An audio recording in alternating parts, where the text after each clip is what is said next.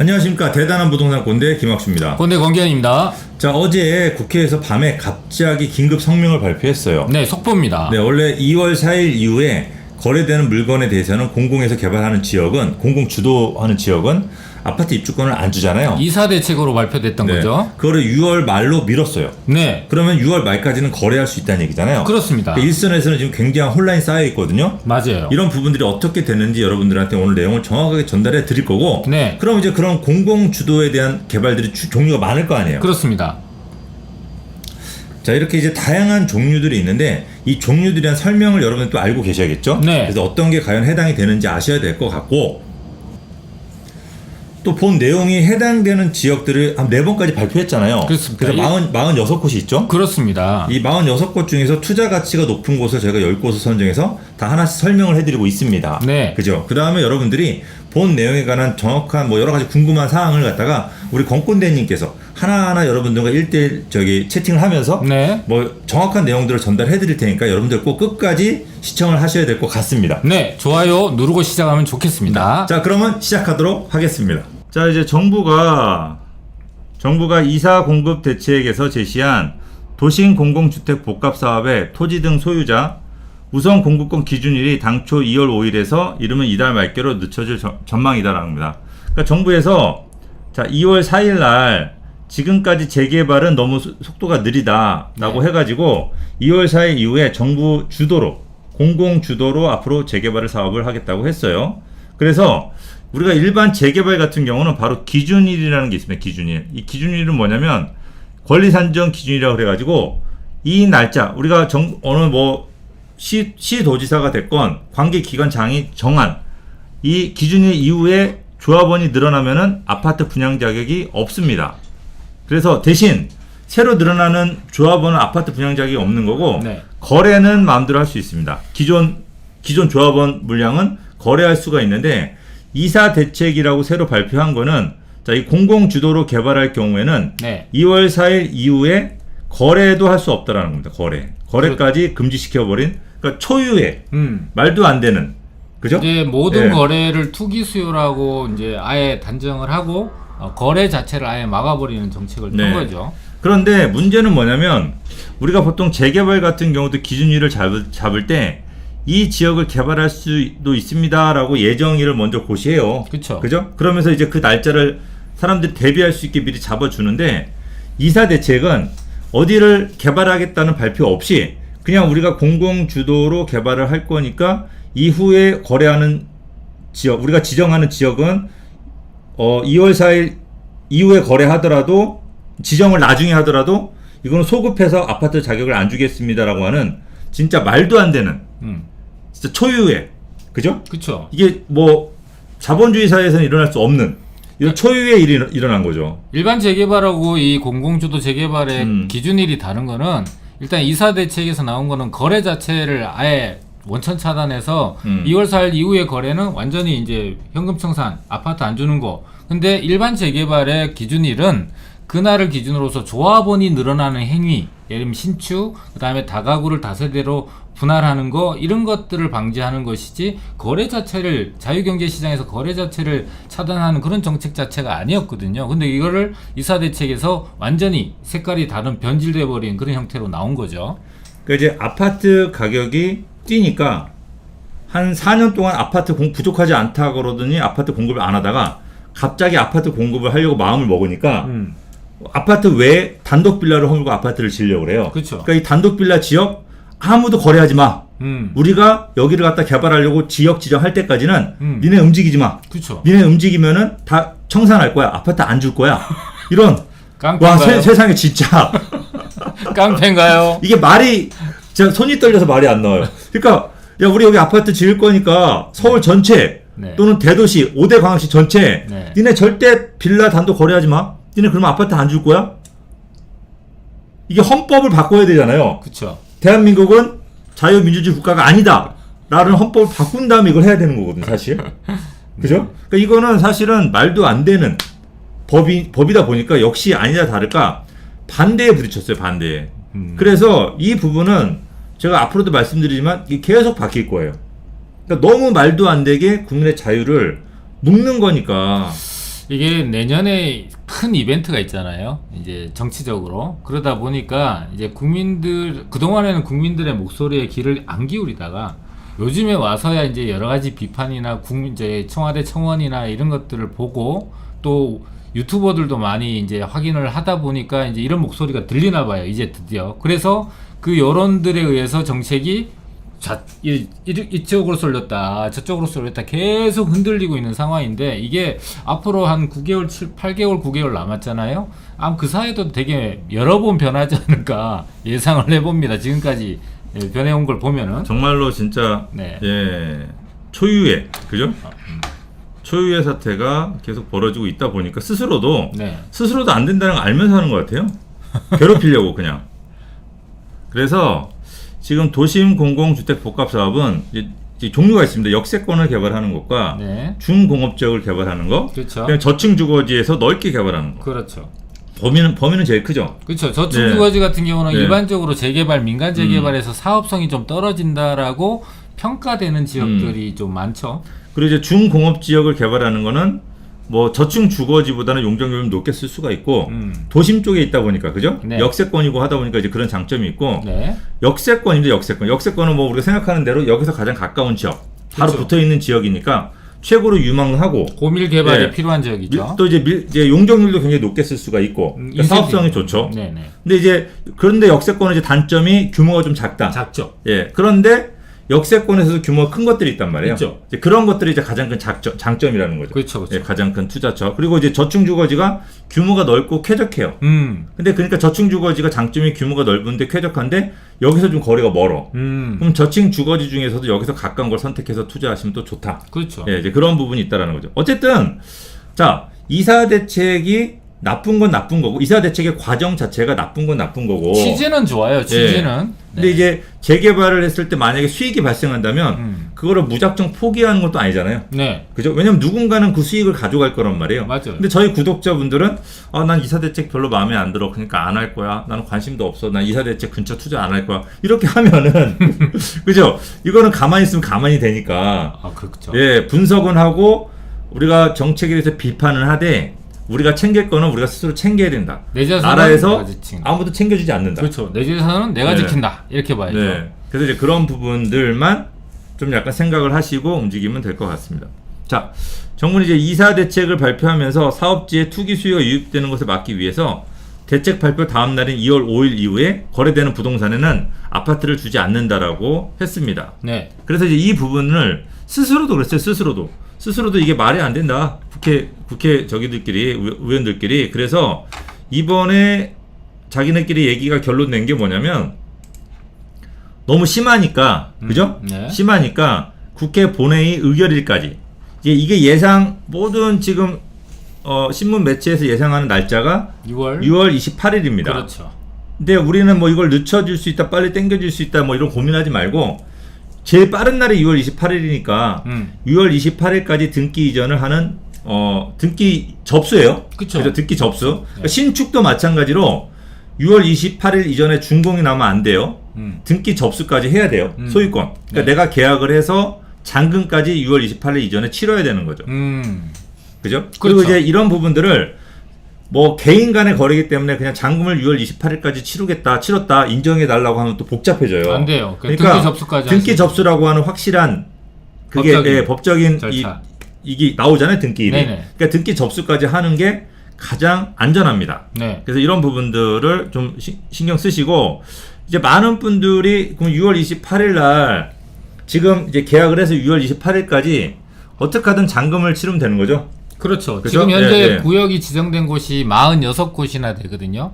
1차에서 4차까지 이제 지정이 됐는데 그 지역들은 이제 조금 이따 뒤에 보여드릴 거고 그런 지역들 중에서 이제 만약에 우리 이제 구독자분들이 관심 있어 하는 지역을 간다면 이미 발표됐기 때문에 아마 매물을 참 찾기가 어렵지 않을까. 근데 그럼에도 불구하고 잘 찾아서 이제 투자를 한다면 그러니까 잔금과 등기 접수를 28일 이전에 하셔야 된다는 걸 꼭 기억하셔야 된다는 거. 그러니까 지금 우리 산토리니님 뭐 보름도 안 남았다고 합니다. 그래서 이제 보름도 안 남은 상황에서 이게 지금 계약을 하고 그죠? 보통 우리가 중도금 잔금까지 해서 보통 2달, 3달 정도 잡잖아요. 네. 근데 15일 만에 치러야 돼요. 계약하고 바로 이제 잔금으로 치러야 되는데 뭐 돈이 안 될 수도 있고요. 그렇죠. 돈만 있으면 3일 뒤에 잔금 그리고 치르면 되죠. 거기 현재 세입자가 살거나 네. 또는 집주인이 살아서 이사를 못 갈 수도 있잖아요. 네. 이런 경우에는 뭐 공인중개사 분들이 알아서 잘 해주시겠지만 전세 계약으로 처리를 하시면 돼요. 전세 계약으로 해서 이제 잔금 나머지를 전세 계약으로 대신 써주면 됩니다. 그래서 이제 나중에 특약 사항으로 해서 내가 언제까지 돈을 못 주게 되면은 뭐 이자를 지불한다든지 뭐 마이너스 요건을 조금 잡는다고 한다면 계약을 갖다가 뭐 계약금 뭐 10% 잔금 40%밖에 지불을 못해. 그죠? 근데 집주인이 살고 있어. 그럼 나머지 50%는 전세 계약을 쓰세요. 그러니까 기존에 예, 예. 매도자가 전세로 계속 거주를 하면서 이사 갈 수 있는 시간적인 여유를 버는 거죠. 그래서 50% 전세 계약과 나머지 50%는 계약금과 잔금을 치러버리면은 등기는 바로 접수가 될 수 있는 거죠. 그러니까 이제 수단과 방법을 가리지 말고 네. 어쨌든 등기 접수는 하셔야 되는 거예요. 근데 이 부분들은 그 공인중개사 분들이 지금 굉장히 연구하고 계실 거예요. 어떻게 하면 서로 집주인분들하고 서로 간에 피해를 안 주면서 잘 할 수 있을 건가 연구를 할 거고 네. 그다음에 신축 같은 경우는요. 당연히 준공이 무조건 나야 됩니다. 그렇죠. 예, 준공이 나야지 소유권 이전 등기를 하니까. 네네. 그래서 이제 준공 나고 소유권 이전 등기 할 수 있는 날짜가 지금 등기를 준공을 나면은 아마 소유권 이전 등기를 그 하기가 굉장히 빠듯할 거예요. 네. 그러니까 아마 지금 미리 준공이 났던 물건들을 아마 찾으시는 게 현명할 겁니다. 이숙님이 소리가 안 나와서 그러는데 6월까지 계약인가요, 잔금인가요? 잔금이고 등기 접수까지 하셔야 돼요. 잔금만 치러서 소리가 안 되고. 또 안 나오나요? 아니 본인이 이제 네, 얘기를 할 수 없으니까 물어보는 거죠. 네. 잘 들리나요? 잘 들리시죠? 네. 네, 잘 들립니다. 네. 네. 계약 아닙니다. 계약을 하고 잔금, 그러니까 등기 접수를 6월 28일 이전에 하는 게 가장 안전합니다. 그러니까 등기하려면 잔금을 치러야 등기해 주니까 네. 당연히 잔금은 치르셔야 되고 네. 해야 된다라는 거 꼭 기억하시고. 네.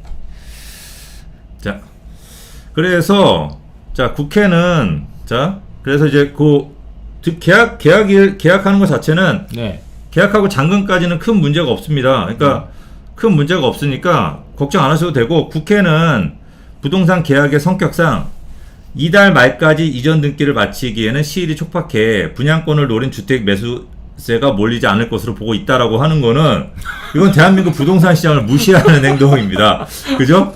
이게 자 아니 이 사람들은 네. 부동산 거래를 한 번도 안 해본 사람 같아요. 안 해봤어요. 그러니까 부동산 제가 전에도 얘기했어요. 네. 이 부동산 거래를 그러니까 강남을 투자를 해볼 생각을 하지 않고 네. 강남에 살아보지도 않고 네. 강남을 잘 모르는데 강남 투자 별로다. 네. 강남 투자가 좋다 나쁘다고 논하는 사람들이 많아요. 그렇죠. 그게 말이 안 되잖아요. 원래 네. 어디 안 가본 사람이 네. 가본 것처럼 우기면은 네. 가본 사람이 지더라고요. 음식을 내가 예를 들어서 동남아 음식을 먹어보지 않고 네. 동남아 음식 전문가라고 하는 거 똑같은 거잖아요. 그렇죠, 그렇죠. TV로 보기만 했어. 그렇죠. 듣기만 했어. 근데 먹어보진 않았어. 그러니까 부동산도 마찬가지. 부동산 거래를 우리 공군된 지금까지 살면서 부동산 거래 몇 개나 하셨어요?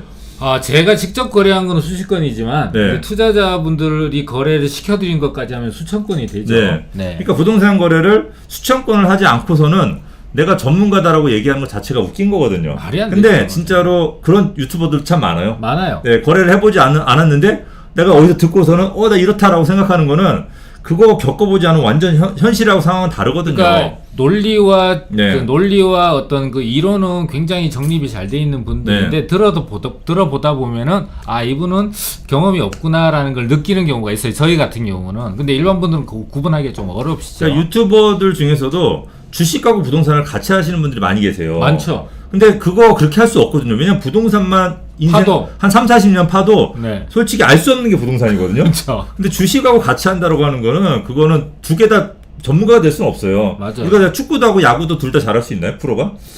안 되더라고요. 그러니까 축구하고 야구를 같이 하는 거예요. 거기에다가 또 뭐 코인까지 하면은 뭐 예를 들어 달리기 뭐 달리기는 그렇고 네. 뭐 배드민턴까지 한다. 아니 그러니까 예를 들면 야구 선수가 골프 잘 칠 것 같잖아요. 날아오는 공을 때린 사람이 서 있는 공을 못 때리겠냐 싶잖아요. 근데 이게 완전히 메커니즘이 달라요. 얼마 전에 다르죠. TV 프로그램에서 누구죠? 저기 스피드 스케이팅 하는 네. 그 친구, 그러니까 여자 있잖아요. 네. 이름이 갑자기 생각 안 나는데 그분이 그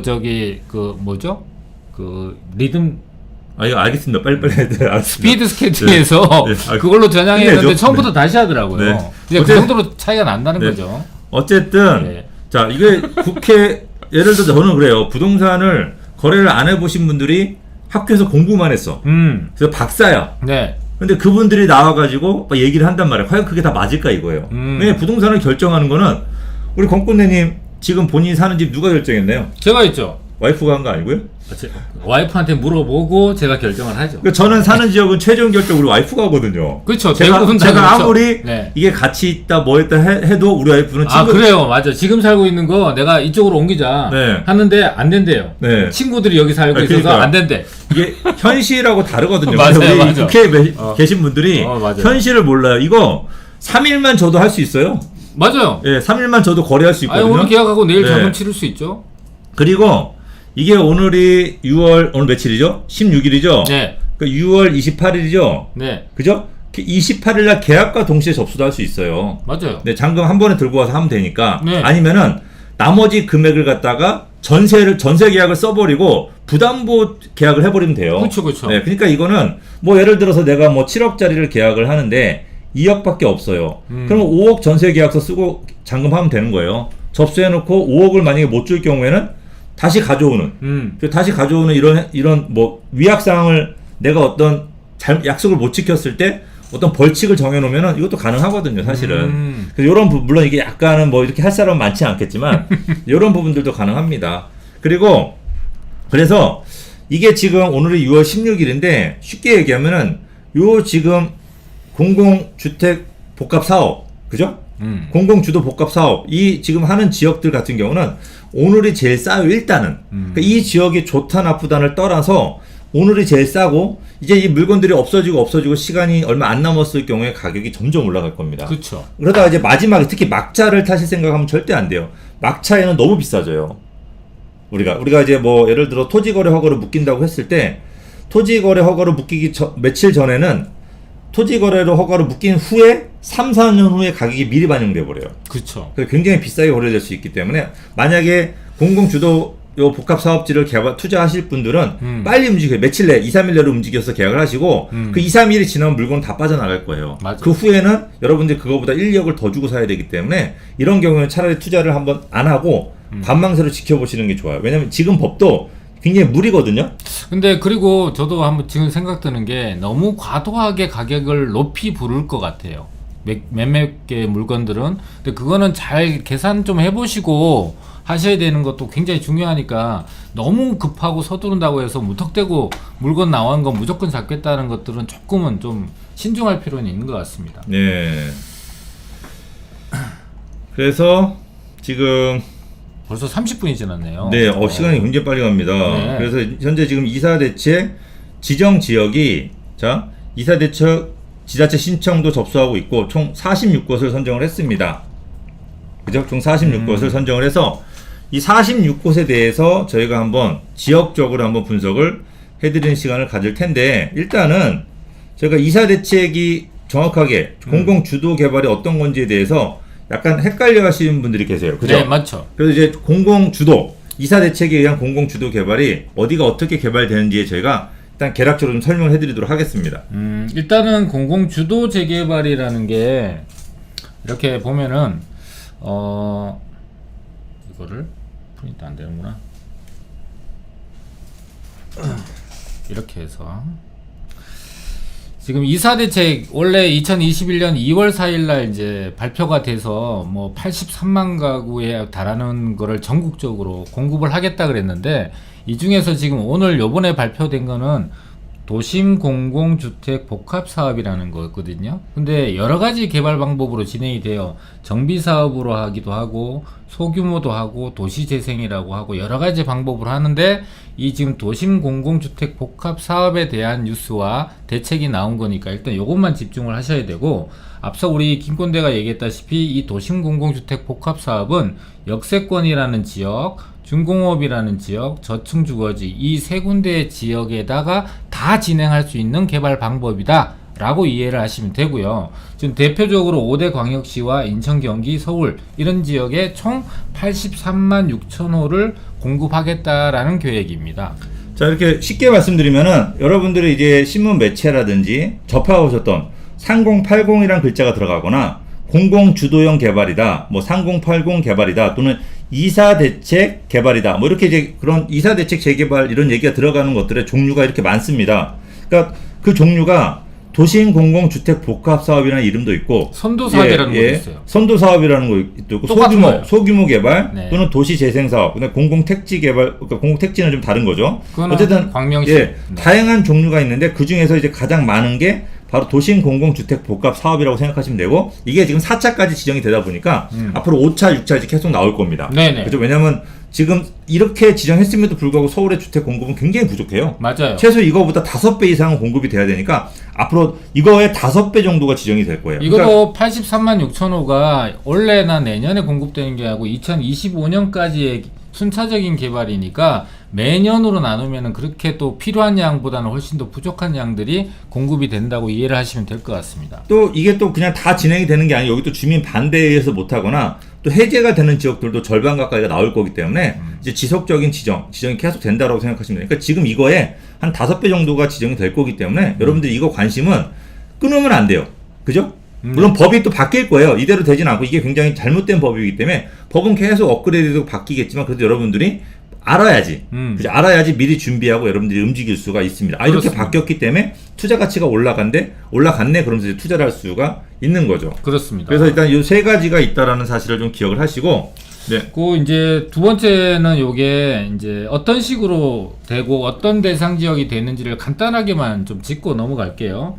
자, 도심 공공주택 복합 사업, 뭐 선도 사업이라 부르기도 하고 주도형이라고 부르기도 하는데 이름은 되게 다양한데 그래서 더 헷갈리는데요. 역세권 같은 경우는 5,000제곱미터 이상이고 보통 승강장에서 250m가 1차 역세권으로 이제 지정이 돼 있는데 이 공공주택 복합 사업은 350m까지를 좀 늘려준 거죠. 대상 범위를. 자기네가 개발하면 범위를 굉장히 넓혀줘요. 그죠? 그러니까. 네, 노후도도 낮춰주고. 그것도 내로남불인데. 네, 내로남불입니다. 자, 그리고 중공업 지역, 영등포 지역이나 성수동 지역, 그다음에 그 강서구 지역에 넓게 분포돼 있죠. 금천구까지. 그래서 이런 지역들은 5,000제곱미터 이상으로 해서 주거 산업 융합, 그러니까 주거와 산업이 혼재돼서 복합 개발을 하겠다는 거죠. 역세권은 당연히 고밀로 개발하는 게 당연한 거고, 그다음에 저층 주거지는 이게 이제 주거 밀도가 좀 낮아요. 층수가 낮다 보니까. 그래서 넓은 지역, 그래서 1만 제곱미터 이상을 개발하는 거고요. 그다음에 여기는 이제 주택 공급 활성화지구로 신설을 해서 용적률이라든지 여러 가지 인센티브를 부여해서 그동안에 사업성이 좋지 않았던 곳들을 사업성을 좀 더 높여주면서 개발을 하는, 그러니까 주민들의 이득과 그다음에 이제 임대주택도 좀 늘어나는 그런 이제 두 마리 토끼를 다 잡아보겠다라는 식으로 진행이 되는 것이죠. 네. 네. 네. 그래서 이제 지정 지역들하고 한번 볼까요? 다음 거? 네. 지정 지역을 한번 보도록 하겠습니다. 네. 일단은 후보지들을 이제 저희가 후보지를 뽑았는데 일단은 종류가 있습니다. 이제 역세권이 먼저지. 역세권에서 투자 가치가 높은 지역 저희가 이제 선정을 해봤습니다. 그러니까 우리 이제 공군대님이 선정을 하셨는데 영등포역 인근, 네. 그죠? 영등포역 인근을 갖다가 역세권에서 제일 먼저 선정을 하셨어요. 요거는 지도로 보여주면은 우리 이제 네. 구독자분들이 너무 실감하시지 않을까. 네, 그럼 지도를 볼까요? 한번 자, 보여주시죠. 영등포역 인근 지도를 해놓으셨네. 아니 이제 열면 되죠. 네. 지도를 한번 열어보시죠. 네. 자, 영등포역 인근 지도를 보면서 네. 투자 가치가 어디가 가장 높은지에 대해서 한번 설명해드리도록 하겠습니다. 네. 또 하나를 열고. 네, 바로 아니 가져오면 돼. 바로 해보겠습니다. 네. 자, 제가 먼저 해드릴게요. 네. 제가 빠르니까.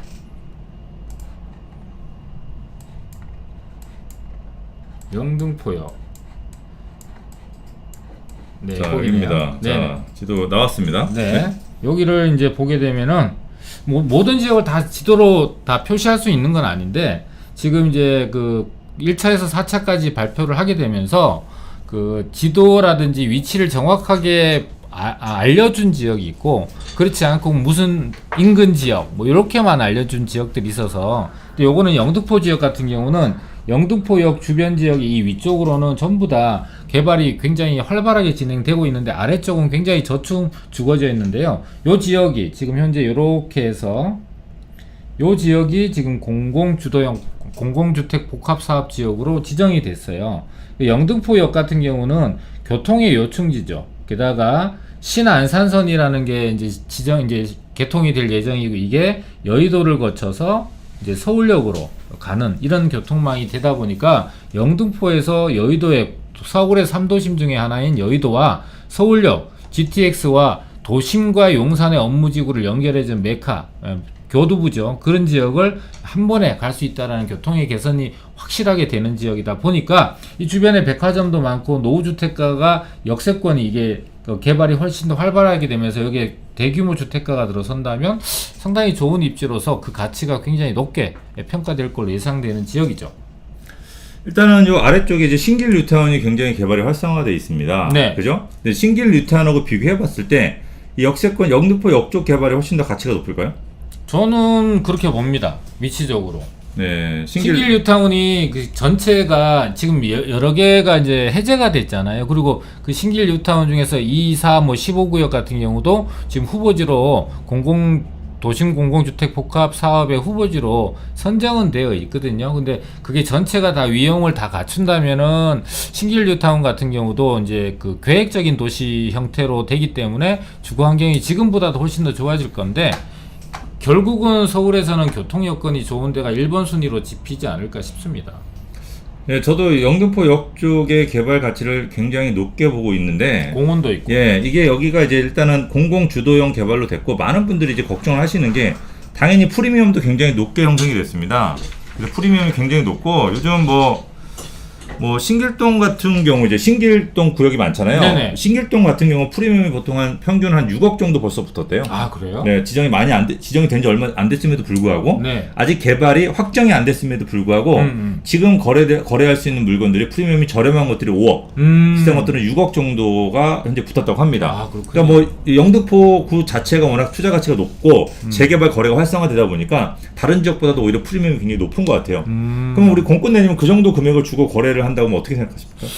저는 그래도 괜찮을 것 같아요. 장기적인 미래 가치로 보면 지금 당장은 어떻게 보면은 주변에 있는 신규 아파트 가격만큼 프리미엄이 형성돼 있다고 볼 수 있거든요. 그러면 지금 현재 입주해 있는 신길 뉴타운의 에스티움이라든지 이런 것들이 뭐 15억, 17억에 거래를 하는데 거래도 되고 있고요. 그럼 그분들은 지금 현재 가격이 높냐 안 높냐보다는 향후의 미래 가치가 현재 가격보다 높아질 수 있다라는 거에 대한 기대치를 갖고 하는 거잖아요.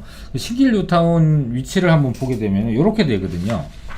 우리 김꼰대님, 네. 신길 뉴타운이 지금 이렇게 돼 있어요. 네. 지금 이제 빨간색, 노란색은 이제 현재 진행이 되고 있는 곳이고, 이 이제 16, 15, 2, 4, 1구역 같은 경우는 해제된 지역이에요. 네. 근데 지금 보면은 2구역하고 4구역하고 15구역이 요번에 그 1차에서 4차 도심 공공주택 복합사업 후보지 중에서 요 세 군데가 포함이 됐거든요. 선정이 돼 있는 상태니까 그런 측면에서 보면은 상당히 입지적으로는 신길 뉴타운 자체도 위용을 좀 더 잘 갖추지 않을까 이렇게 생각이 됩니다. 일단은 네. 그래도 신길 뉴타운 같은 경우도 여러분들이 돌아다니시다 보면은 아직까지는 프리미엄이 저렴한 물건들, 그러니까 프리미엄이 어떤 물건들은 5억, 6억이 붙어 있고, 네. 어떤 것들은 프리미엄이 굉장히 낮은 물건들도 굉장히 많고요. 아, 그래요? 그다음에 이제 단독주택 같은 경우가 제가 판단할 때는 프리미엄이 단독주택은 좀 약간 저렴한 것 같아요. 왜냐면 투자 금액이 굉장히 많거든요. 아, 그렇죠. 그러니까 단독주택 같은 경우 프리미엄이 한 3억 정도? 아, 그래요? 한 2, 3억 정도의 프리미엄만 가지고도 거래를 할 수 있는 물건들도 있어요. 이게 부동산이 되게 중요한 게 결국은 총 투자 금액도 굉장히 중요해요. 그러니까 이렇게 프리미엄이라고 하는 거는요, 그냥 프리미엄이 이 동네는 뭐 프리미엄이 5억 붙었다, 10억 붙었다. 이런 경우는 어떤 경우냐면 개발이 임박했을 경우, 개발이 확정돼서 뭐 사업 시행인가나 관리 처분이 갔을 때는 뭐 프리미엄이 그냥 확정돼서 붙어서 나와요. 권리가 플러스 프리미엄. 근데 이렇게 아직 개발이 제대로 시작하지 않은 지역은 이 프리미엄이라는 개념을 사람들이 잘 몰라요. 그러다 보니까 어떤 물건들은 프리미엄이 많이 붙고 어떤 물건은 프리미엄이 적게 붙고인데 지금 대체적으로 보면은 단독은 프리미엄이 굉장히 적어요. 왜냐면 투자 금액이 크니까 매수자가 많지 않지. 그쵸. 더군다나 빠른 시간 내에 잔금을 해야 되니까 금액이 높은 건 높은 것으로 그죠? 그렇죠. 부담이 되니까 피가 거의 없게 붙어 있고 투자 금액이 적으면 적을수록 피가 많이 붙어 있어요. 그러니까 저는 여기 지금 신길동 같은 경우 만약에 투자를 하고 싶으신 분들의 이제 투자 팁을 말씀드리면 단독주택을 한번 노려보세요. 근데 단독주택도 그냥 하지 말고 리스크 관리를 해야 되잖아요. 맞죠. 그러면 단독주택 요 지역이 만약에 개발이 취소될 경우에는 옆에 땅들을 포함해서 신축을 할 수 있는 거 사세요. 그러면 그런 건 절대 손해보진 않아요. 왜냐면 지금 요 신길동의 단독주택 가격이 평당 3천 이하로 나와 있는 물건들도 많아요. 되게 싸네요. 그러면 이 지역이 만약에 개발이 취소가 돼서 나중에 민간 재개발이 안 된다고 하더라도 충분히 단독주택에 신축할 수 있는 값어치만 가지고도 평당 4천원 받을 수가 있어요. 그러니까 되게 재밌는 거죠. 지금 현재 평당 3천인데 나중에 개발이 돼서 신축할 수 있으면 평당 4천을 받을 수가 있어요. 이건 그냥 개발이 취소되는 걸 바라야 될 수도 있잖아요. 반대로. 원래 일반적으로 재개발이 구역으로 지정되어 있는 지역이 단독주택 가격이 개발 구역이 지정되지 않는 지역보다 가격이 싼 경우도 굉장히 많아요. 근데 개발 구역에서 해제되는 순간 구역 내에 있던 단독주택 가격이 폭등하는 경우가 굉장히 많습니다. 이게 되게 중요한 개발의 팁인데, 자, 현재 원래 신축을 한 있는 지역에서는 북쪽 도로를 끼고 있는 단독주택이 남쪽 도로를 끼고 있는 단독주택보다 가격이 한 20% 정도가 비싸요. 맞아요. 왜? 집을 더 많이 지을 수가 있고 일조권 적용을 받지 않으니까. 네. 근데 재개발에서는 어차피 북쪽이든 남쪽이든 집을 못 짓잖아요. 그렇죠. 그러니까 가격이 같단 말이에요. 맞아요. 이럴 경우에 여러분들이 만약에 신길 구역을 가서 저는 단독주택 살 거를 권장해 드리고 단독주택을 사더라도 북쪽을 바라보는 단독주택을 사세요. 왜냐면 네. 지금은 북쪽하고 남쪽 차이가 안 나지만 만약에 여기가 개발이 취소된다라고 한다면 역시 북쪽이 유리하고, 그 다음에 두 번째로 일단은 제가 생각할 때는 저는 여기가 만약에 개발이 취소가 되더라도 민간 재개발로 돌아갈 가능성이 굉장히 높다고 생각해요. 맞아요. 그래서 이거는 만약에 뭐 아까 누가 올리셨어요. 우리 미성님이 굉장히 제 유튜브에 좋은 글을 많이 올리세요. 아, 그래요? 굉장히 부동산에 대해서 맞아요. 많이 아시고, 그래서 그분이 얘기할 때 뭐 정권이 바뀌면은 뭐 이게 취소될 수 있다라고 하는데, 저희가 취소될 것까지 예상하고 풀릴 것까지 예상을 하고 이런 식으로 투자한다면 리스크는 일단 거의 없다라고 보시는 게 맞을 것 같아요. 그래서 이런 부분들을 한번 잘 기억을 하시고 생각을 해 보시면 될 것 같습니다. 자, 다음 쪽 볼까요? 네. 요거는 내리고. 네. 네. 우리 또 공꾼님이 준비하신 게 많습니다. 그래서 일단 영등포역 인근 지역에 대해서 일단은 말씀을 해드렸습니다. 자, 세대수도 굉장히 많아요. 네. 2,580세대가 예정돼 있죠. 네. 그리고 우리 건꾼님 이게 연신내역하면 요즘 또 시끌시끌 하잖아요. 네. 그죠? 연신내역은 요즘 뭐 핫하잖아요. 네. GTX 때문에, 그죠? 그렇습니다. 근데 연신내역은 빠졌네요. 왜냐하면 좀 세대수가 작은데요. 아. 그러니까 연신내역이 이렇게 네. 있으면 연신내역이 있잖아요. 근데 연신내역 인근에 작게 두 군데와 크게 한 군데가 지정이 돼 있어요. 그래서 지금 이 연신내역 인근은 요 작게 지정된 군데 중에 한 군데라서 제가 요번에는 추천을 하는 데서 좀 빠진 거죠. 자, 녹번역도 빠졌네요. 녹번역도. 요것도 193세대. 아하. 이거 한두 동짜리니까. 계획이 다 있으셨군요. 아, 그렇습니다. 네. 그 다음에 다른 지역도 다 좋지만 일단 사람들의 관심이 아주 많은 지역은 아니고 네. 굳이 리스크까지 안고 투자할 가치가 있다라고 보진 않으니까 네네. 네, 좀 넘어가고 네. 용두역에서 청량역 인근이에요. 그죠? 그렇죠. 그러니까 용두역, 청량역 인근은 청량역 주변에서는 두 군데가 지정이 되어 있잖아요. 지금 현재. 네. 그죠? 저 주민센터 근처하고 예. 네. 그 다음에 저기가 지정이 돼. 지도 이것도 한번 보도록 할까요? 네네네. 네, 지도를 제가 한번 보도록 하겠습니다. 자, 지도가 움직이면 좀 어지럽더라도 좀 참아주세요. 그 찾아가야 되니까. 자, 헷갈리니까 좀 저거 말아주세요. 여기 자, 용도. 네, 여기 용도. 네, 자, 여기 위까지 봐야 되니까 네. 이렇게 해야 됩니다. 좀 줄여서, 안 줄여도 될 것 같습니다. 자, 줄여야 됩니다. 크게 얘기하세요. 자, 일단은 용두역 지역을 찝어주시죠. 네. 요 지역이죠. 네. 그리고 이제 청량역 주민센터 인근. 주민센터 안 줄여도 되는데 예, 여기인데. 예, 저기 한 방에 안 나옵니다. 네. 이렇게 이제 지정이 됐습니다. 이런 식으로. 네. 이렇게. 그렇죠. 예. 이렇게 됐는데 이 두 개 지역 같은 경우 역시 제일 핫하죠. 그렇죠. 청량역에 GTX가 두 개나 들어서고 또 네. 역세권 개발이 지금 가장 활발하게 진행되는 곳 중에 하나고요. 그 다음에 서울에서 동부권에서 광역 중심지로 개발이 계속 향후 앞으로 10년, 20년간 지속될 곳이라고 예정해볼 수가 있죠. 이제 좀 목소리 좀만 크게 해주십시오. 아, 그런가요? 네. 네네. 왜 갑자기 힘이 배고파서 그러세요? 아닙니다. 네, 청량역 인근, 이제 GTX 역사가 더블 역세권이 되는 데가 세 군데죠? 그렇죠. 삼성역하고 서울역하고 청량역이죠. 그리고 네. 삼성역 같은 경우는 GTX 향후에 D까지 되면 3개가 겹칠 수도 있죠. 그래서 이제 제일 지금 뭐 삼성역은 뭐 부르는 게 값이고요.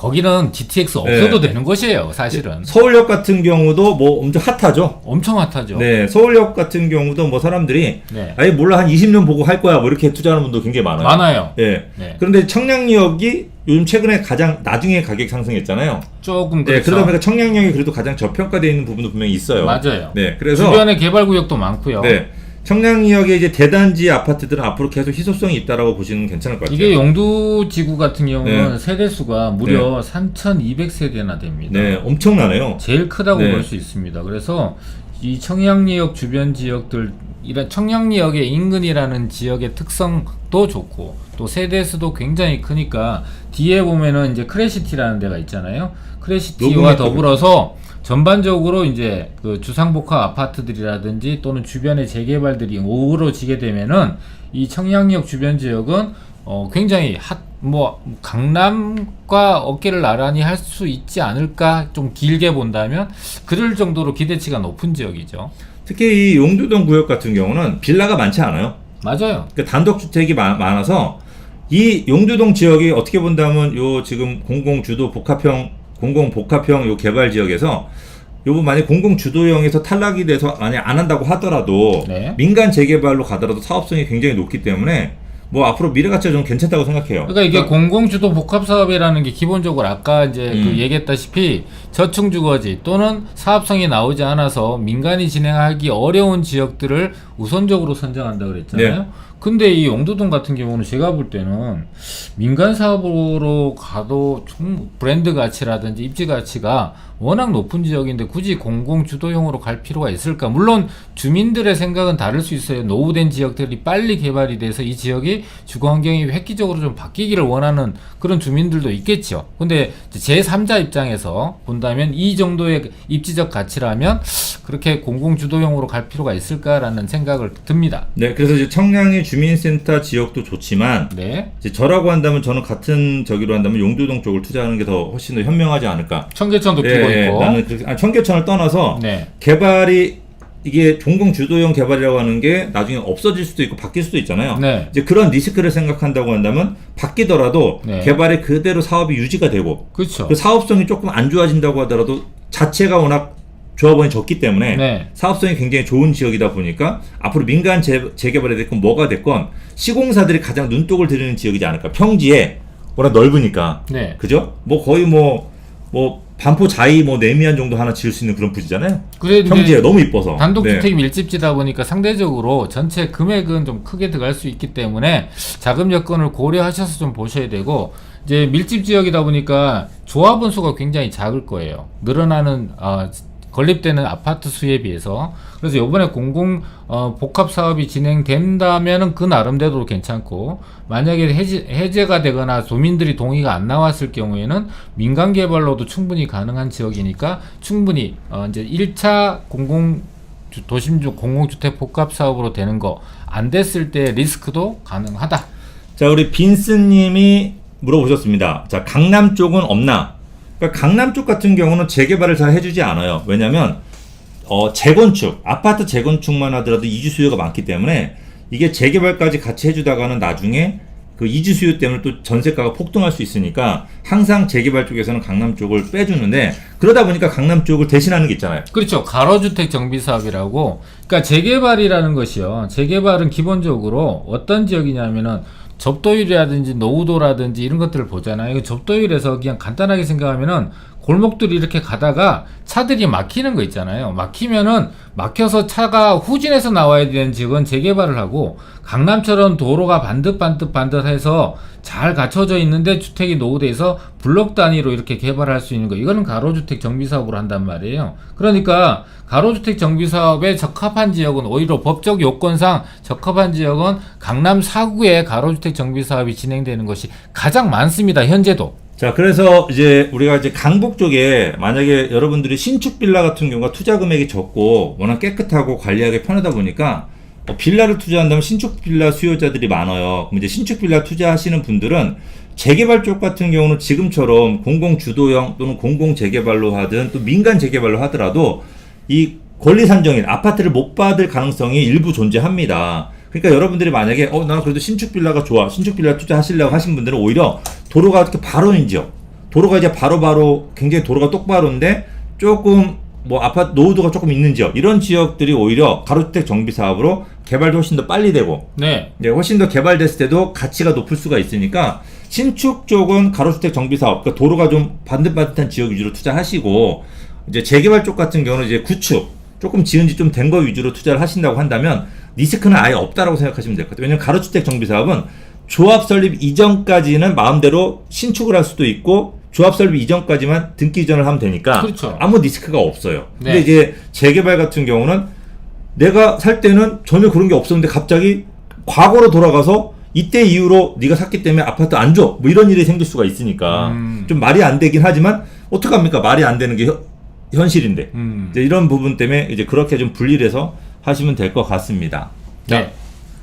자, 뭐 시너리님 1억 5천으로 할 수 있는 것도 있을까요는 지금 제 생각에는 이렇게 이제 공공주도형으로 이번에 지정된 지역은 아마 1억 5천으로는 쉽지 않을 것 같아요. 네. 왜냐면 낙후된 지역이다 보니까 전세가가 싸요. 네. 그러다 보니까 매매 가격이 아주 비싸진 않음에도 불구하고 전세가가 낮다 보니까 쉽게 얘기하면은 강남 같은 경우는 6억짜리 빌라가 전세가 4억 5천이거든요. 네. 그러니까 1억 5천으로 투자가 가능한데 강북 같은 경우는 6억짜리 빌라가 전세가 1억 5천밖에 안 돼요. 그럼 내 돈이 4억 5천에서 5억 정도가 들어가다 보니까 투자 금액이 커서 만약에 1억 5천 정도로 투자하시려고 한다면 차라리 가로주택 정비 사업 강남 쪽으로 투자하신다고 한다면 이 전세가도 높고 이 갭 투자로서 갭이 굉장히 작기 때문에 아마 그런 쪽으로 노려보시는 게 오히려 훨씬 더 현명할 수가 있겠습니다. 호재가 강북 쪽에 특히나 마영성 지역을 중심으로 해서 굉장히 많이 나왔거든요. 여기는 이제 재개발이 가능한 곳이잖아요.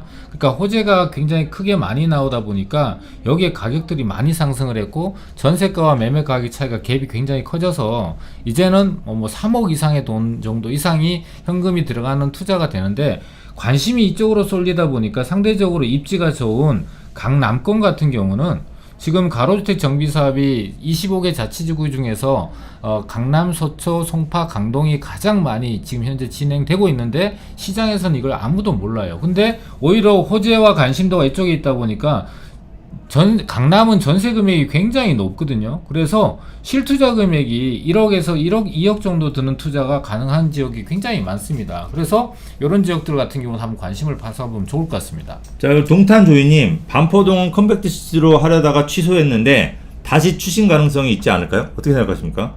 그게 이제 컴팩트 도시가 그게 2006년, 7년 뭐 이 정도 때 나왔던 얘기거든요. 한참 막 그럴 때 그 이후로는 아무 소식이 없는데 그 반포동 같은 경우는 제가 생각할 때는 경부고속도로 지하를 지금 서울시에서 굉장히 속도를 내면서 진행하거든요. 그동안에 전 시장이 있을 때는 서초구청장이 밀어붙였는데도 계속 반대만 했었단 말이에요. 근데 그 경부고속도로 지하와의 일정에 맞춘다면 아마 될 가능성이 있다고 봅니다.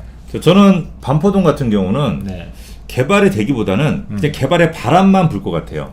바람만? 네. 그래서 근데 바람만 불어도 뛸 것 같아요. 근데 반포동 같은 경우도 부분 전이로 아까 얘기한 네. 가로주택 정비사 같은 경우는 가능하죠. 컴팩트 도시는 그 블록 전체를 다 개발을 하고 굉장히 큰 개발이거든요. 근데 가로주택 그러니까 정비사는 가능할 것 같습니다. 좀 기억을 하셔야 될 게 네. 우리가 이게 꼭 개발이 되어 뛰는 게 아니에요. 맞아요. 바람이 불면은 어느 순간에 5억짜리가 7억으로 뛰어 있어요. 근데 이제 반포동은 그 조건을 갖춘 게 경부고속도로 건너편에 아파트 값이 너무 비싸요. 그렇죠. 근데 반포동은 너무 싸. 너무 싸. 이런 부분 때문에 옆 동네에서 이렇게 흘러 들어오는 수요만으로도 충분히 뛸 수가 있다라는 걸 좀 기억하시면 될 것 같아요. 부동산은 꼭 개발이 돼야지 뛴다라고 생각 안 하셔도 좋을 것 같아요. 네, 그런 부분 좀 기억을 하시고 뭐 초키님 서울역 주변은 어떻게 될까요? 서울역 주변이 어떻게 될까요? 좋은가요, 나쁜가요?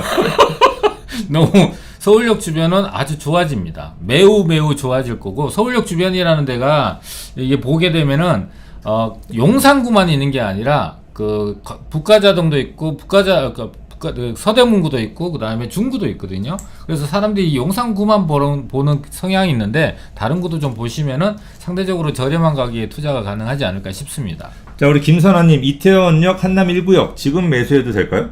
되죠. 저도 괜찮다고 생각합니다. 그러니까 좀 한남 1구역 거기는요 늦게 개발돼도 괜찮아요. 만약에 우리 김선아님 한남 1구역을 샀어요. 네. 근데 5년 동안 가격도 안 올라. 아, 속상하다 했는데 어느 순간 한남부터 2, 3, 4, 5구역이 다 개발됐어. 개발 들어갔어. 그러면 그 한남 1구역은 어떤 금사라기 땅일까요? 아니면 개발 안 됐으니까 나쁜 땅일까요? 투자하거나 뭔가를 할 수 있는 유일한 땅으로 희소성이 엄청나게 높아지는 거예요. 거기가 개발되든 안 되든. 쉽게 얘기하면은 여의도하고 압구정 다른 데가 개발될 동안에 여의도하고 압구정 개발이 안 됐잖아요. 네. 그죠? 근데 여의도와 압구정 지금 가치가 어때요? 그렇죠. 엄청나죠. 그죠? 반포가 개발되는데 반포보다 더 비싼 데가 압구정인 거고 네. 나중에 압구정까지 개발되면 여의도의 가치는 어떻게 될까요? 고마마죠. 그러니까 한남 1구역은 이렇게 생각하시면 될 것 같습니다. 자, 일단은 이 부분 또 저희가 이제 또 나머지 지역들 그죠? 빨리빨리 좀 해야 될 것 같네요. 좀 네. 나머지 지역도 좀 이건가요? 네네. 네, 이겁니다. 자, 그래서 용두역 청량리까지 봤고요. 자, 저희가 또 저층주거지. 신길구역은 저희가 묶어서 얘기를 하면 될 것 같아요. 아까 갔으니 갈 필요 없네요. 네네네. 그죠? 우리 공군대님이 얘기해 주셨습니다. 그래서 네.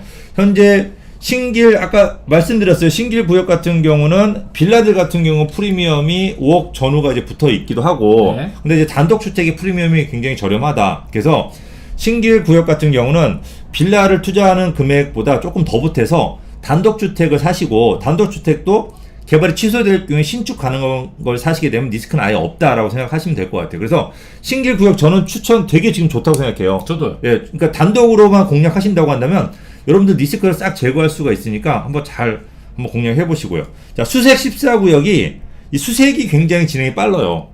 뭐 굉장히 이슈도 많이 되고 있고. 증산 수색 예, 뉴타운 중에서 수색 쪽이 더 빠르죠. 굉장히 빠르고. 그래서 어떻게 합니까? 이 수색 같은 경우는 가격대가. 수색은 이렇게 보시면은 이제 수색도 한번 표를 한번 볼까요? 네. 이렇게 돼 있는데요. 잠깐만 보고 넘어가죠. 수색 네. 14구역이 끝에 있어요. 네. 그 다음에 이제 좀 아까 이제 우리 김건대님이 이제 여러 가지 리스트 중에서 증산 4구역을 이제 아직 말씀 안 하셨는데 증산 4구역이 있고 네. 그래서 위치적으로 보면은 수색역 개발이 이루어지고 있고 수색 14구역이 굉장히 왼쪽 끄트머리에 위치를 하고 있다 보니까 요 증산 뉴타운과 비교했을 때는 저는 증산 4구역을 좀 더 좋게 보거든요. 근데 이 옆에도 지금 이제 고양시 쪽에 그 개발될 되고 창릉 신도시 들어서고 하면은 여러 가지 시설들이 복합적으로 추가적으로 들어올 수 있게도 그 수색 역세권 개발과 창릉 신도시 이런 것들이 복합적으로 이루어지고 여기 수색역 역세권 철길이 지하화되면은 상암 미디어 시티 쪽으로 접근성이 좋아지기 때문에 둘 다 물론 좋아질 수 있다고 생각이 됩니다. 네. 그래서 이제 수색하고 증산 4구역 같은 경우도 가치가 이제 높다는 말씀이죠. 네. 그리고 네. 세대수는 증산 4구역이 4,139세대로 지금 현재 공공 도심 주택 중에서 제일 면적이 크고 세대수도 많습니다. 네. 그래서 저는 증산 4구역도 진행이 지금 빠르잖아요. 아니요. 안 빠른가요? 여기 이제 도심 공공주택 진행이 안 돼서 복합 사업으로 이제 선정이 된 네. 거죠. 저는 그래서 네. 요 약간 좀 뭐라 그럴까? 저는 항상 단지 큰 걸 좋아하거든요. 저도요. 제가 이제 단지 큰데 살아보니까 단지 네. 큰 게 너무 편하긴 해요. 안에 시설이 너무 좋죠. 예, 그래서 단지 큰 거 위주로도 공략을 해보시는 게 좋고, 아까 청량이동 주민센터 인구는 저희가 해드렸습니다. 저층 주거지 네, 중에서. 저층 주거지 위주로 네네. 보시면 될 것 같습니다. 자, 이제 상봉터미널 인근이에요. 네네. 그죠? 상봉터미널 인근은 의외입니다. 아, 그래요? 예, 왜냐면 선호도가 아주 높은 지역은 아니잖아요. 그렇죠. 그동안에 그죠? 굉장히 예. 소외받았던 것 중에 예. 하나죠. 그 상봉터미널 인근 한번 보도록 하겠습니다. 자, 여기가 상봉역인데, 네. 네, 상봉역이죠. 네. 그래서 상봉터미널이 여기입니다. 여기 이제 그래요? 지적 편집도를 누르면은 이렇게 나오고요. 네. 네. 네. 요 재정비 촉진주거 안에 여기 상봉 터미널이 위치를 하고 있거든요. 네. 그래서 상봉 터미널. 구역은 요 아래쪽인 거죠? 요 제가 볼 아래쪽인데, 때는 네. 여기가 될 수도 있고 이제 인근으로만 표시되어 있다 보니까 정확하게 위치는 나올 수 않는데 이쪽이나 이쪽이 될 수도 있거든요. 네. 그래서 네, 어쨌든 이렇게 뭐, 보면은 좋은 점은 여기 망우역이 있단 말이에요. 상봉역은 여기고 이게 망우역인데 망우역이 GTX가 들어섭니다. 이게 마석까지 연결되는 GTX B 노선인가요? 네, B 노선에 해당되는 곳이기 때문에 여기가 개발이 되면은 고속버스 터미널의 버스 교통망을 갖고 있고 또 그 다음에 여기 그 망우역에 그 GTX를 이용해서 도심 접근성 청량리와 서울역을 다이렉트로 갈 수 있는 그런 또 여의도로 거치겠죠. 그런 역을 할 수 있는 거죠. 일단은 재정비 촉진 지구는 서울시잖아요. 그죠? 네. 서울시하고 부딪히지 않기 때문에 아마 아래쪽일 겁니다. 아, 네네. 네. 그런데 네. 일단 GTX라고 하는 지역들 중에서 역사가 생기는 지역 중에서 망우역이 지금 가장 저렴하잖아요. 그렇죠. 서울에서는. 네. 그죠? 그러니까 요것도 공략 포인트라고 생각하시면 될 것 같아요. 그러니까 우리가 지금 현재는 부동산 시장이 안 뛴 뭐 뛴 지역이 더 많이 뛴다, 그러니까 강남이 정말 많이 뛸 거라고 하는 그걸 믿는 사람은 없잖아요. 네. 그죠? 지금은 안 뛴 지역이 갭 메우기를 들어가고 있다. 그렇습니다. 라고 그런 분위기이기 때문에, 왜냐하면 실수요자 위주로 움직이고 있거든요. 네네. 그러니까 지금 부동산 시장은 지금 집값이 뛰는 게 3주택자가 집을 더 많이 사서 2주택자가 3주택자 되려고 집을 많이 사서 뛰는 게 아니에요. 실수요나 갈아타기만 지금 움직이고 있어요. 그러니까 이제 그런 사람들이 들어갈 때는 보통 저평가된 지역, 호재가 있는데도 불구하고 싼 지역 위주로 찾아 들어가거든요. 그러니까 이런 이제 망욱 같은 경우는 아마 그런 쪽으로 한번 공략을 해야 된다라고 한번 믿으시면 될 것 같습니다. 네. 자, 우리 아이시스님 2억 5천으로 투자할 수 있는 곳이 있나요? 많죠? 네. 근데 요 지금 주도 복합형 사업 여기에서 있을까요? 글쎄, 이거는 제가 볼 때는 만약에 제가 그런 후보지에 물건을 갖고 있는 사람이라면 안 팔 거예요. 그래서 물건 자체가 구하기 어렵고 소수의 물건이 아주 극소수의 물건이 나오면은 갭 자체가 굉장히 클 걸로 예상이 됩니다. 자, 우리 아이시스님도 2억 5천 투자를 물어보시고 네. 임정환님도 빌라 2억 투자를 물어보고 계세요. 네. 그러니까 실제로 한 1억에서 2억 정도 가지고 투자하실 분들이 많고, 네. 그죠? 한 6억, 7억, 또 7, 8억을 또 묻어놓고 하실 분들이 많지는 않단 말이에요. 네네. 그러면 이제 그걸 어떻게 생각하시면 되냐면, 이미 여기 우리가 추천해드리는 이 10개의 지역은 이미 늦으셨어요. 맞아요. 이 지역은 단독주택을 투자하더라도 최소 내 돈이 한 7억 정도는 있어야지 안전한 물건을 투자할 수가 있거든요. 네. 그러니까 만약에 1억이신 분들은, 자, 이렇게 많은 지역이 개발이 된다고 한다면 개발되지 않은 지역도 바람이 불어요. 그러니까 생각해보세요. 7억짜리가 개발 진행이 잘 돼서 5억을 벌어요. 내가 7억을 투자한 지역이. 네. 그러면 수익률이 80%잖아요. 그죠? 근데 내가 2억을 투자한 지역이 바람이 불게 되면은 개발이 늦게 되든 안 되더라도 1억 5천은 뛰어요. 그죠? 그러니까 이런 용산 같은 경우도 지금 개발이 돼서 뛰는 게 아니잖아요. 네. 바람이 분 지역들도 충분히 1억 5천씩 다 뛰었거든요. 네. 그러니까 이제 그 바람만으로도 뛸 수 있는 지역을 투자하는 게 좋아요. 그러려고 한다면 좀 개발이 많이 이루어지는 지역. 만약에 강남으로 친다, 아까 누가 강남 투자 물어보셨더라고요. 네네. 강남도 뭐 방배동 같이 재개발이 좀 많이 활성화된 지역. 그런 지역의 빌라들이 거래가 잘 되지. 뭐 예를 들어 반포동이라든지 뭐 논현동처럼 단독 재개발은 하나도 된 적이 없어. 그럼 그런 지역은 개발 때문에 사는 사람은 없을 거 아니에요. 없어요. 그러니까 이런 개발이 될 만한 지역들 위주로 투자를 하시면은 그게 어떻게 보면 가장 안전한 투자가 되는 겁니다. 그러니까 빌라 투자를 하실 때 이제 두 가지 방법이 있어요. 개발지를 투자하는 방법이 있고 개발지가 아닌 곳을 투자하는 방법이 있는데, 개발지는 당연히 자금이 많이 들어갑니다. 반면에 개발지가 현재 아닌 곳들은 소규모 자본이 들어가기 때문에 1, 2억의 자본을 갖고는 투자하기에 굉장히 적합한 거는 현재 개발구역이 아닌 곳이에요. 근데 개발구역이 아닌 곳을 투자할 때 개발이 될지 안 될지 모르는 불확실성을 갖고 있으니까 반드시 기본적인 요건을 갖추셔야 되는 게 역세권을 투자하셔야 되고, 그 다음에 깨끗한 주택을 사셔야 돼요. 왜냐하면 개발구역이 안 됐을 때 이 두 가지를 갖고 있으면은 실수요자가 높은 가격을 주고 사주거든요. 거기다가 호재가 있으면 되는 상황인데, 요 세 가지 요건을 갖고 있으면 가장 좋은 선택이 되는 거죠. 그리고 서울시에서 지금 매년 25곳의 개발구역을 추가로 지정을 계속 하겠대요. 매년. 그러면은 현재 개발구역이 아닌 역세권 지역들 같은 경우가 이거는 민간 개발이죠. 서울시에서 진행하는 거는. 민간 개발은 이렇게 현금 청산이라는 기준이 없기 때문에 이런 지역을 공략을 하는 게 훨씬 더 안전하고 확실한 이제 전략이라고 생각이 됩니다. 자, 이제 우리 조은혜님 1가구 2주택도 분양권 주나요? 네. 다주택이라고 분양권을 주지 않는 건 아닙니다. 네. 그러니까 이제 분양권을 또 받고가 잘 안 되는 거지. 1가구 2주택이라고 해도 지금 현재 분양권이 있지 않으면 분양권은 줍니다. 걱정 안 하셔도 됩니다. 그러니까 투기과열지구 내에 다른 지역의 각각 개발구역 내에 있는 어떤 개발 분양권을 2개 갖고 계시면은 5년의 재당첨 기회가 있기 때문에 이제 1개밖에 받고 5년 동안에 재당첨을 못 받는 거죠. 문자 띄워주세요. 뭘 띄워줘요? 문자 상담하고 있습니다 지금. 아, 네. 자, 이제 방배동이 뜰 것 같네요. 이제 방배동은 원래 단독 빌라 쪽은 거래가 항상 많았습니다. 방배동은 네. 지금 방배 5구역, 6구역, 13구역들이 굉장히 활발하게 진행이 되고 있고, 또 추가적으로 진행될 곳들도 많고요. 서초구에 강남구에 비해서 서초구가 호재가 굉장히 많아요. 이제 강남 고속버스터미널 개발도 있죠. 그 다음에 확정되어 있는 게 서리풀 터널이 있어서 서리풀 터널 위에 이제 정보사 부지가 개발되는 거 확정됐잖아요. 그래서 뭐 네이버나 이런 데 포털에 검색해 보시면은 정보사 부지가 어떻게 개발되는지 조감도도 멋있게 나와 있는 상황이니까 그것도 한번 보시면은 방배동 지역이 향후에 이주 수요라든지 또 추가적인 개발까지 가능한 지역이라고 보면은 향후에 유망한 지역이죠. 자, 동탄 초인이 방송 초기에는 두 분이 언밸런스 했는데 요즘은 잘 맞는데요. 그런가요? 요즘은 저희가 안 싸우나요?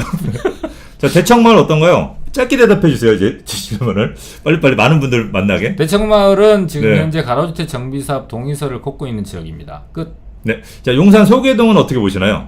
네? 용산 서계동. 서계동은 지금 현재 그 도시재생구역으로 지정이 되어 있는데요. 이거는 서울시와 협의를 해서 민간 재개발로 또는 역세권 개발로 전향이 될 걸로 예상이 되기 때문에 미리 투자해 놓으시면 좋을 것 같습니다.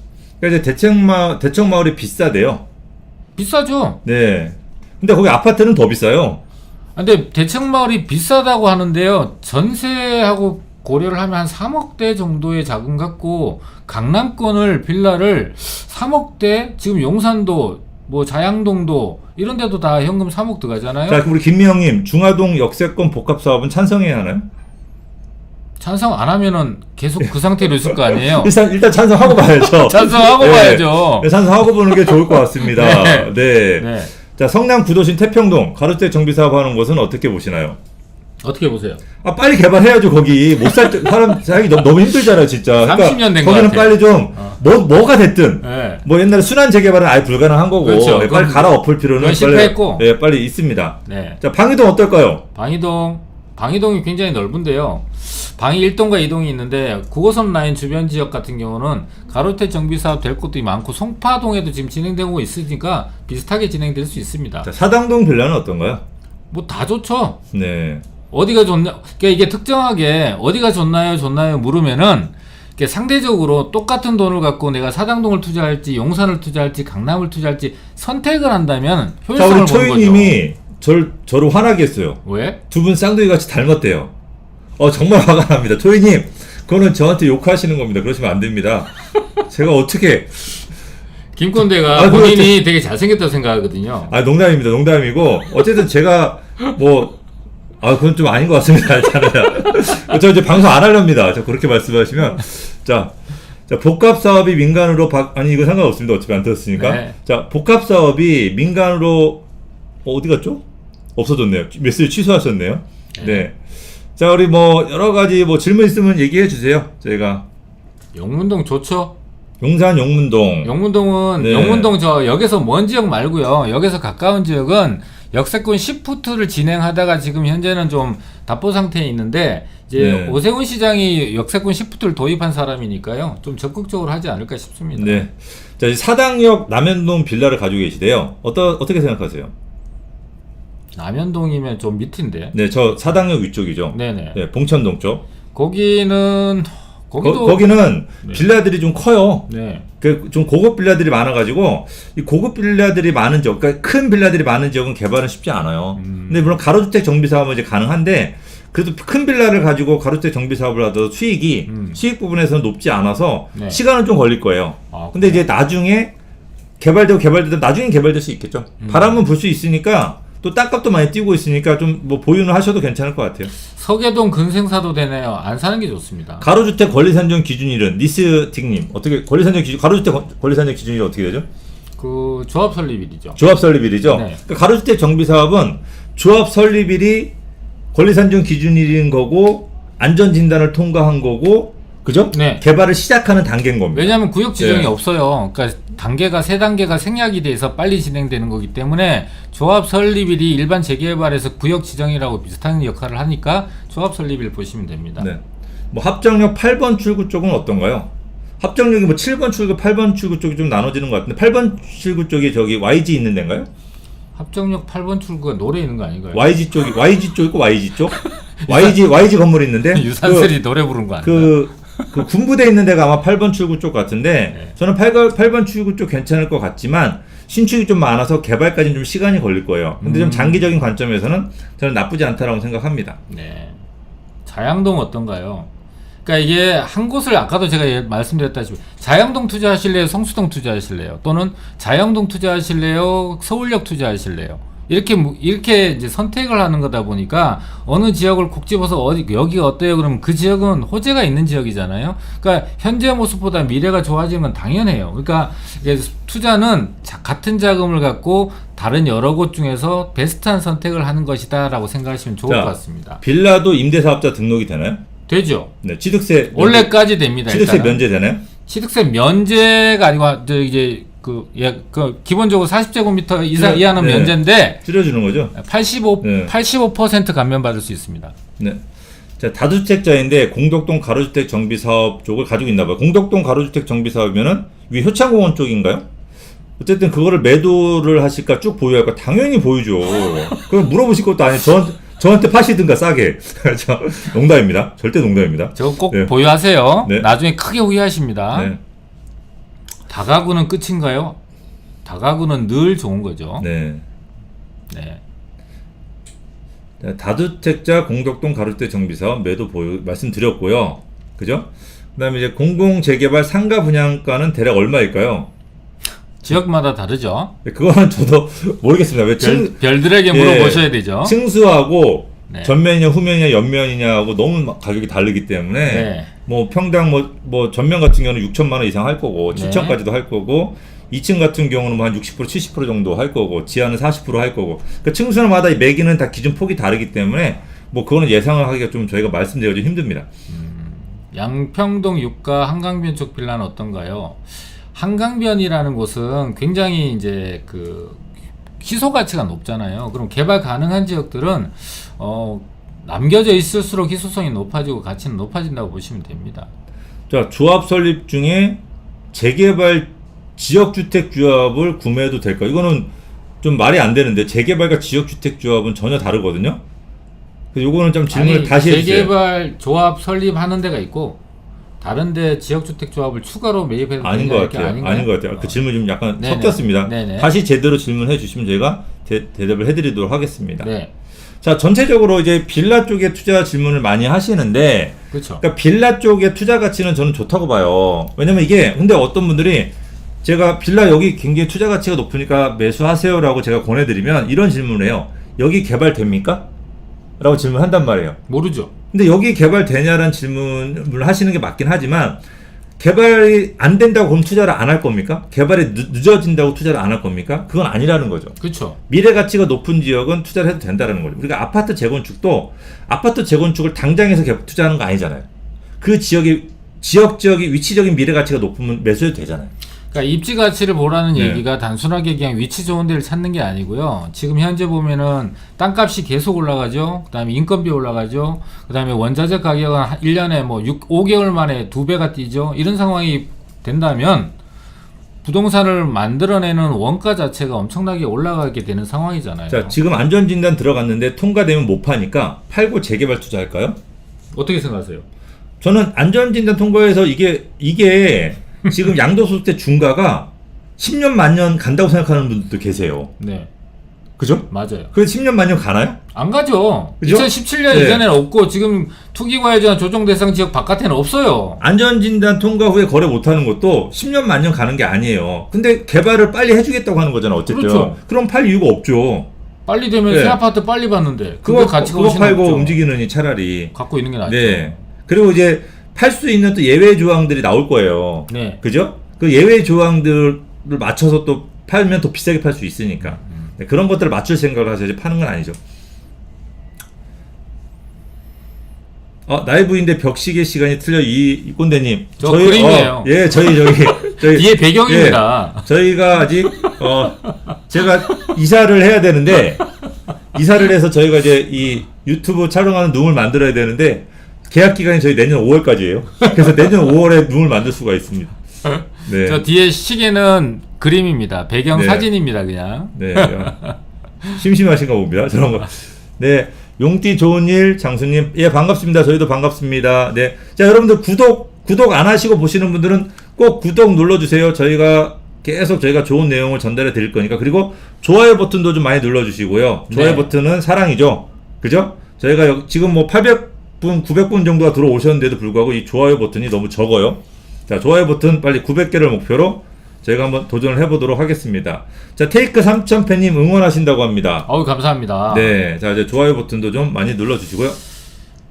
자, 좋아요 버튼 쭉쭉 한번 올려보시자고요, 다 같이. 하나, 둘, 셋, 좋아요! 자, 관악구 남현동 아파트는 어떤지 한마디만 좀 해주세요. 한마디만. 아까 남현동 했잖아요. 아니, 남현동이 아파트입니다. 아, 아파트요? 네, 한마디만 해주세요. 좋습니다. 자, 이 남현동 아파트들은 지금 나홀로 되잖아요, 나홀로. 네. 그죠? 이 나홀로 아파트들은 현재 아파트가 부족하다 보니까 나홀로 아파트의 가격이 많이 뛴 거예요.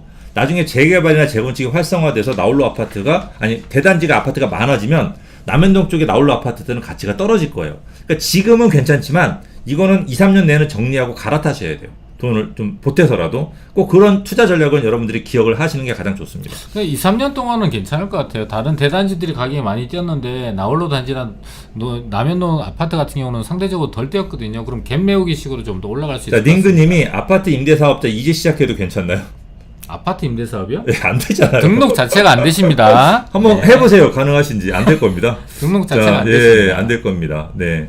저는 안 된다고 알고 있는데 제가 잘못 알고 아니에요. 있으니까 아파트는 등록 자체가 안 됩니다. 절대로 얘기하면 됩니다. 안 됩니다. 자, 꼰대님께서 원효로는 빌라보다 오피스텔이라고 하셔서 고민입니다. 원효로의 전체가 아니고요. 원효로 1가 2가 정도 되는 지역들은 업무지구가 많이 생기니까 대로변에 오피스텔을 지을 수 있는 상업지역이 너무나 협소하고 너무나 희소해요. 그러니까 업무지와 성격이 맞는 게 오피스텔이니까 그거에 대한 미래가치가 높다는 설명을 한 거지. 자, 원효로는 저는 오피스텔도 괜찮고 빌라도 다 괜찮아요. 당연하죠. 그러니까 투자 금액이 적게 들어가는 거 위주로 네. 투자하신다면 괜찮으니까 뭐 굳이 구분 안 하셔도 됩니다. 저도 그렇습니다. 네. 자, 이제 좋아요 버튼을 정말로 안 눌러주시는 마음에 안 드셨나봐요, 오늘 방송. 그래도 100명 늘었어요. 네, 우리 공꾼대님 좀 약간 더 열심히 해주셔야 될 것 같습니다. 자, 어제 댓글로 물어봤는데 중도금까지 낸 계약금을 잔걸로 못 치르면 중도금 받을 수 있나요? 네, 계약금 이제 거기 계약금을 띄는 거죠. 그러니까 중도금 받을 수가 있는데 자꾸 안 주고 버틸 수도 있어요. 그죠? 잔금 치르라고. 근데 아마 이제 계약금만 띄우고 중도금은 돌려 10% 떼고 이제 그 위약금식으로 10% 떼고 이제 받을 수 있습니다. 개인 간의 계약은 합의가 가장 우선입니다. 근데 합의가 되지 않으면 예를 들면 계약금만 포기하고 계약을 해지하고 싶은데 매도자가 그걸 동의하지 않으면 소송까지 가야 돼요. 자, 이태원 이동 장기 투자 어떨까요? 장기 투자 이태원 이동이요? 장기 투자는 괜찮은데 거기에 일종 일반 주거 지역은 좀 피하시는 게 좋습니다. 자, 하얀 눈사람님, 임대사업자는 신축 빌라만 가능하죠? 뭐라고요? 임대사업자는 신축 빌라만 가능한가요? 아니죠. 기존에 있는 모든 빌라가 다 가능하죠. 근데 이제 혜택을 좀 덜 보는 거죠? 신축 빌라만 처음으로 분양하는 주택을 분양받는 것만 임대사업자 등록했을 때 취득세 감면이 되는 거고 기존에 있는 빌라를 살 때는 취득세 감면이 없다라는 차이점이 있습니다. 네. 자, 용산 한가람 아파트 올해 하반기에 투자로 들어가면 어떨까요? 희무님. 빨리 들어가는 게 좋습니다. 최대한 빨리 서두르는 게 좀 약간 좋을 것 같긴 합니다. 네. 자, 원효로 4가 풍전 아파트 어떤가요? 풍전 아파트도 굉장히 낡은 노후 아파트인데요. 네. 단독으로 개발이 될 수도 있으니까요. 그거는 뭐 오랫동안 보유하는 장기 투자 목적으로는 괜찮습니다. 네. 자, MC 강변에 해내는 법. 광면 뉴타운 및 도남동 재개발 중 미래가치 좀 알려주세요. 자, 광면과 도남동 어떤 걸 선택하시겠습니까? 네? 어디 하실 거예요? 얘기를 먼저 해주세요. 제가 물어봤잖아요, 먼저.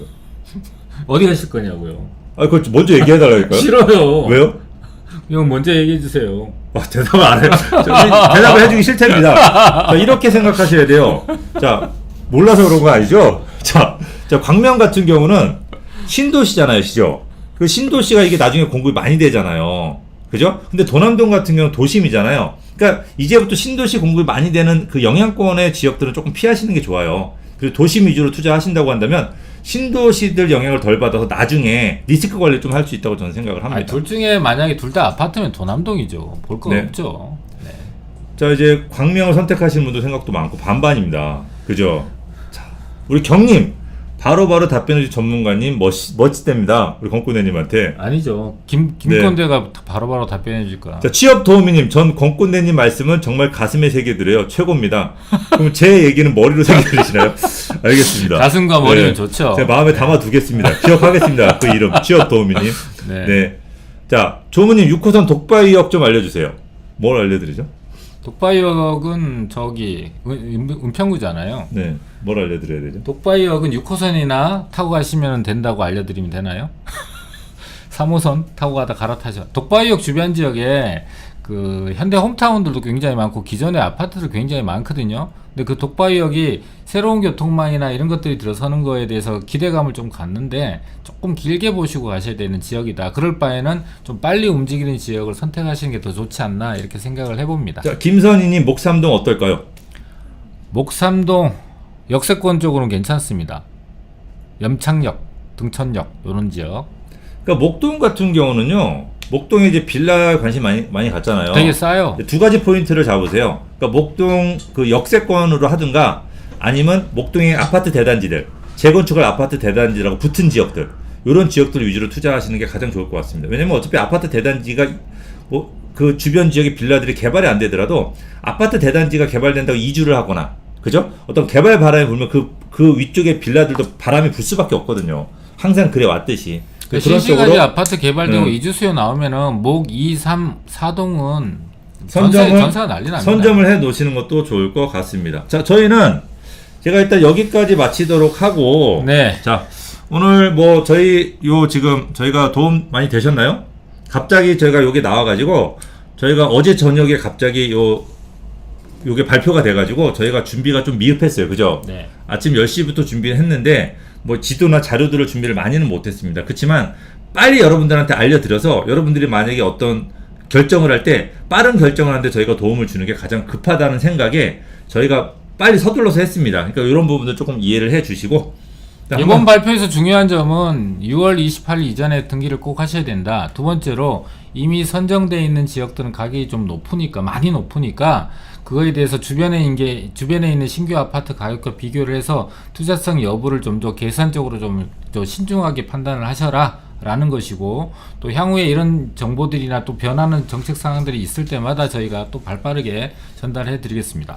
또 이제 반드시 기억을 하시는 게 빌라보다는 단독 쪽이 훨씬 더 투자 가치가 안정성이 있다라는 사실 좀 기억하세요. 이제 빌라 바람이 불다 보니까 현재 구역 지정된 데는 프리미엄 너무 붙어 있어요. 근데 이제 단독들 같은 경우는 투자 금액이 크다 보니까 프리미엄이 조금 약간 적게 붙어 있습니다. 그러니까 만약에 빌라를 투자하고 싶으신 분들은 지정된 데보다는 앞으로 지정될 곳을 투자하는 게 조금 더 낫고요. 그쵸. 투자금이 저렴하니까. 네. 근데 단독을 투자하시는 분들은 지정이 안 된 데가 오히려 더 비싼 경우가 많아요. 네. 그러니까 지정된 데를 들어가서 투자하시고, 개발돼서 아파트를 받으면 뭐 한 채든 두 채든 받을 수가 있는 거고, 그쵸. 만약에 개발이 취소가 되더라도 신축을 통해서 신축을 할 수 있는 자리라고 한다면 가격이 지금보다 더 올라가니까 꼭 북쪽을 바라보는 토지라든지 두 개, 세 개를 합쳐서 아파트를 지을 수 있는 안쪽에 들어가 있는 단독 투자하시면 절대 안 됩니다. 안 돼요. 도로를 끼고 있는 것 위주, 두세 개를 합쳐서 빌라를 지을 수 있는 거라고 한다면 지금 평당 3천인데 4천에서 5천까지도 나중에 받을 수가 있습니다. 근데 그런 쪽 위주로 공략을 하는 게 절대적으로 필요하다. 제가 이런 부분을 제가 이제 팁을 드린 겁니다. 자, 이제 저희는 여기서 물러가고 저희가 이제 지정될 곳에 관한 부분들은 저희가 지속적으로 여러분들한테 알려드릴 거니까 구독 눌러주시고 알람 설정도 같이 꼭 해놔주세요. 자, 그러죠? 근데 좋아요 버튼도 같이 눌러주시고요. 자, 김지호님 아셨죠? 자, 저희 여기서 이제 그만 물러가도록 하겠습니다. 감사합니다. 네.